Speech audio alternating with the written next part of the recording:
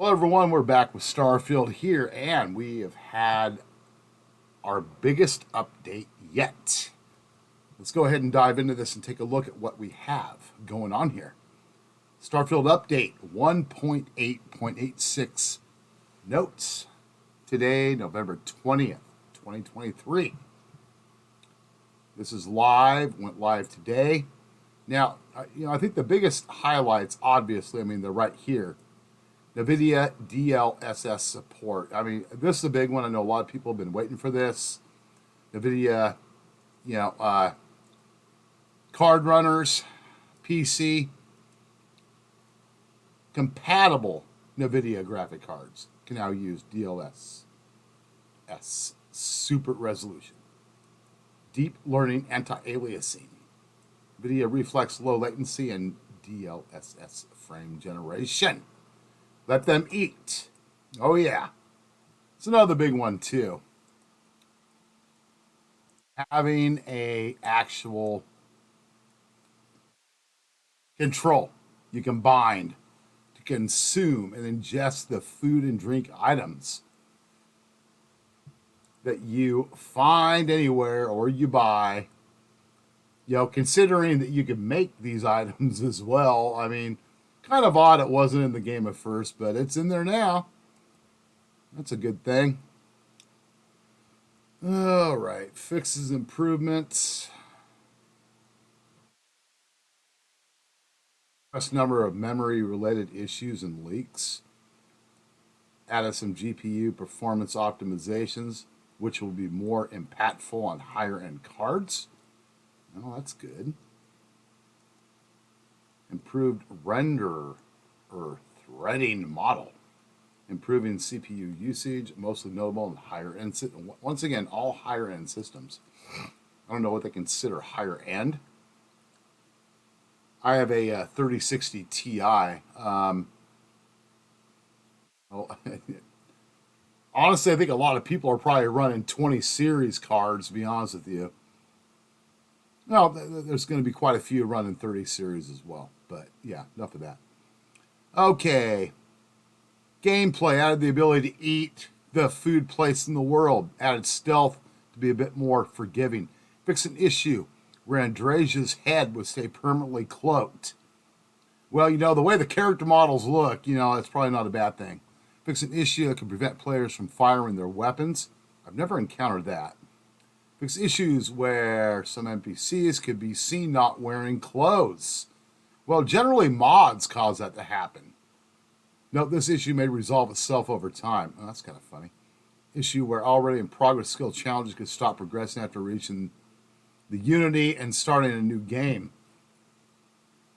Well, my understanding is once you reach the Unity, except for the Starborn powers, everything gets reset anyways.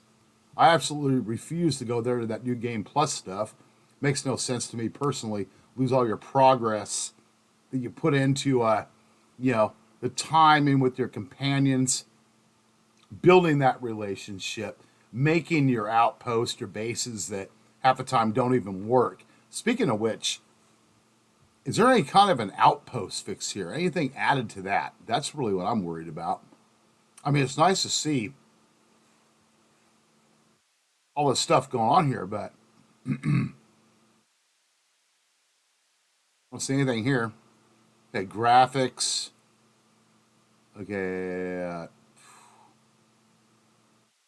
basically, yeah. Stuff with graphics. Huh. Brightness and contrast on the display settings menu. How the game automatically did that. When you load the game up, it says loading shaders. I thought that's what it was doing automatically. I guess not. Got some fixes here for different quests. Well, I've gotten through the whole main story. I'm just doing all the mission board quests. I'm still out there exploring, trying to find different things to do. But I'm not going to lie to you guys. I'm a little bit bored of the game right now. It just seems like, this thing was supposed to be like extremely hyped up. and understand certain things. And I mean, for me, it's going to get better once the modding tools comes out after the first of the year sometime. But by that point, I think we're going to have some other games that come out as well. And we'll just have to kind of check that out and see what happens. But yeah, hey, at least we had our first big update. Nothing wrong with that. So I hope you guys are keeping safe out there, enjoying your Starfield experience. Let me know in the comments below your feelings on this first major update for Starfield. Do you guys feel, I mean, obviously it did cover some important issues. I mean, there's no lie about that. But do you feel that there should have been more in this content update? I think it was kind of lackluster. I think there should have been some other stuff added. I mean, granted, I know they did some quality of life stuff with the food, but I would have really loved to have seen some other tweaks and things for the outpost and whatnot. And I just don't see anything here for that. And I don't think that we should have to wait for for a DLC to cover that type of content right now. Personally, um,